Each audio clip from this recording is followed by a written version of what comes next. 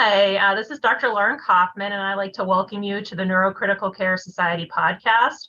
I'm broadcasting here from Philadelphia. I'm a neurointensivist at Temple University Hospital, and today you've tuned into another episode in our Perspective series, where we will explore the diverse perspectives in neurocritical care. Today, we're going to be revisiting with a former Story of Hope feature from Currents. I'd like to introduce one of our own neurology residents. He's a PGY3 resident, Dr. Alex Bodroghy, and he's here to tell us a little bit more about his story. Welcome, Alex. Thanks, Dr. Kaufman. Appreciate it. Thanks for having me, everyone. So your story was featured probably over a year ago. So why don't you just give a little bit of a recap to our listeners about how you were a TBI patient yourself about a decade ago? Sure. So, yeah, my story is pretty much in 2011. I was with a friend of mine right after my freshman year of undergraduate studies. And it was the start of the summer. And again, I have no recollection of any of these events. This is all per my friend who was a firsthand witness to this event, that apparently we were riding motorized scooters around our neighborhood back in Maryland, and was coming around a turn going maybe 25 to 30 miles an hour. Didn't see a car coming as I was going around this turn, and the car and I collided head on. So, I was ejected from the motorized scooter, and then lost consciousness on scene with the head trauma. From there, I was medevaced to the University of Maryland shock trauma, and stayed in the ICU there, and then that's where the whole story kind of lies. And how long were you in the ICU for, roughly? About 3 weeks stayed in there. And do you remember any of that time, or is it all just memories that you've kind of made from what your family told you?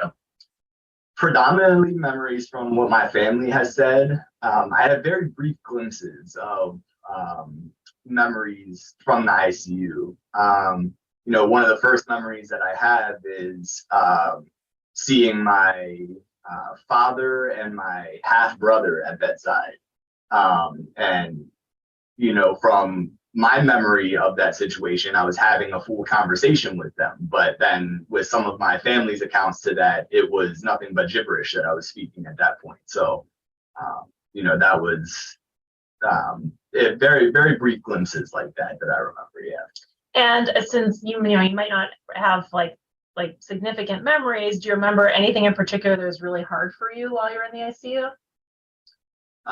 Again, these very brief glimpses to me are just snippets of memories that I have. So for me personally, not too much I can remember in that setting, but from talking with my family and some of their accounts of how it seemed that I was very frustrated.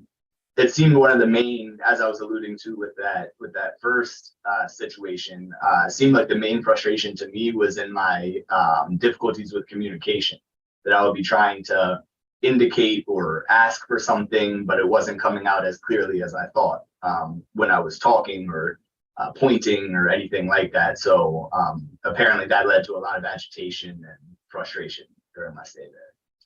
And do you think there's anything or anyone that made things better for you?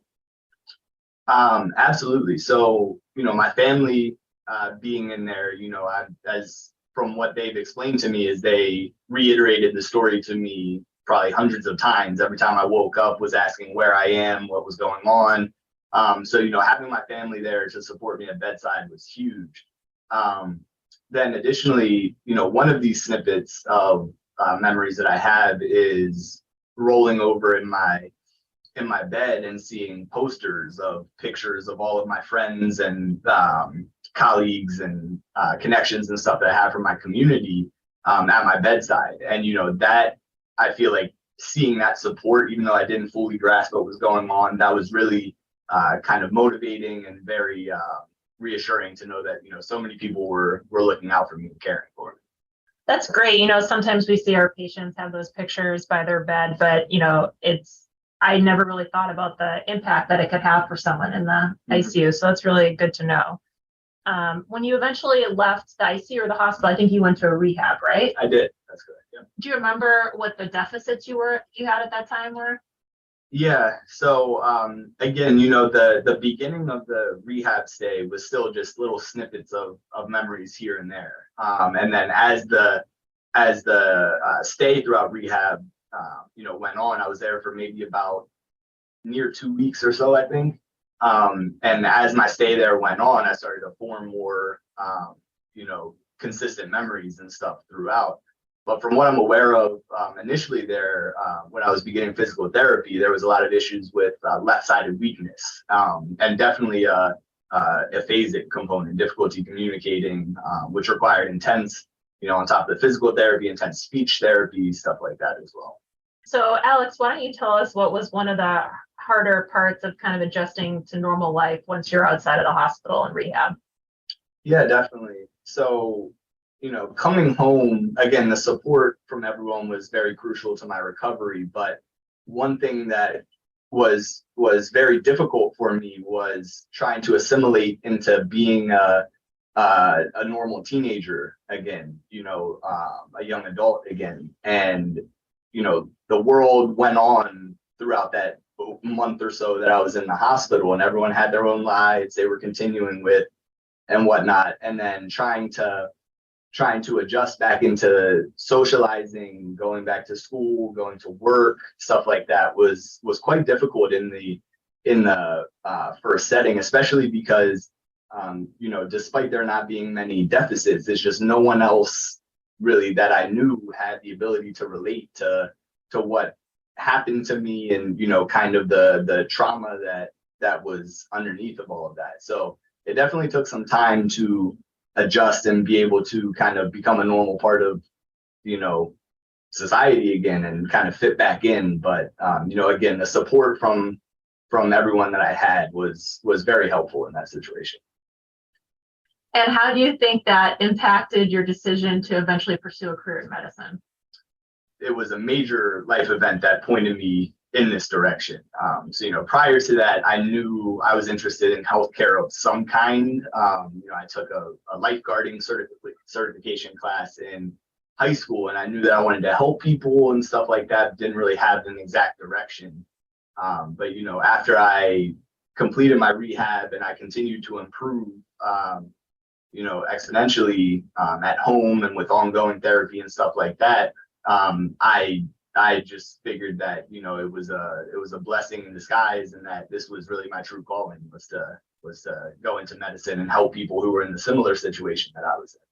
And did you know it would be a neurology at that time, or did that come later? So I had an inkling that neurology was for me, just given that exact story. But I definitely was still trying to keep an open mind. Number one, if I would be able to get into medical school, let alone succeed, and then just trying to think about all different options. But deep down, I knew neurology was for me. Do you have any advice for other people that have survived the severe TBI in terms of like how to keep going with their education or their career in the future? Yeah, definitely. So, I think the important thing is to never lose hope. There will always be setbacks, just like anything else in life, any other experience, which there were for me as well along the way. But being able to reflect back on all that you have been through, and the fact that you're still able to be here, on this earth and still be functioning at all is really a blessing. And then, using that as kind of your grounding for when stressors and setbacks come up, and, that really helped me push through it. Just thinking about how incredible it is that I was given that opportunity. Mm-hmm. And I guess along those same lines, what would you tell the family members of people that have these severe brain injuries? Yeah, so I still am giving apologies to my mother and my entire family for what I put them through. For any family going through this situation, it's one of the toughest experiences they'll ever go through in their life. And I've heard all the stories about the struggles of my family and stuff like that. So for recommendations for the family, I like I was saying, with the things that helped me through my ICU stay, is as tough as it is and as exhausting as it is, being there for your loved one cannot be overstated enough. That was crucial to, my feeling safe and secure, and my road to recovery. I think that was huge. And, again, not every case turns out to be as good of a recovery as expected, but, with appropriate medical care and good support, you never know what kind of outcome there would be. So just keeping faith and keeping hope is definitely important. I think from what I remember, they initially told you it was not a very good outlook. Is that right? That's correct. Yeah. Early in the hospital stay, I had numerous complications during my ICU stay while I was in there. And from what my family had told me is they were arranging for a hospital chaplain, and they were talking about funeral planning, as they didn't think that I was going to make it through the next couple of days with all the complications going on. So, it's quite the turnaround from that. And again, not every case turns out with the same outcome as that, but being able to just take it one step at a time and dealing with the information provided, and again, remaining hopeful and being with your loved one, I think is the most important things. What do you wish you could tell other ICU providers about to remember when we're taking care of patients with these brain injuries? Yeah, so as I was saying, the snippets of memories that I have from my ICU stay, it's not that any one of those snippets of memories was more significant than the other. It just is what my brain chose to hold on to. So I think that you never know, what those snippets will be that the ICU patients hold on to. So to keep that in mind during rounds, during just going in to check on patients, doing your exams, maybe that one exam is a snippet that remains in the patient after they recover.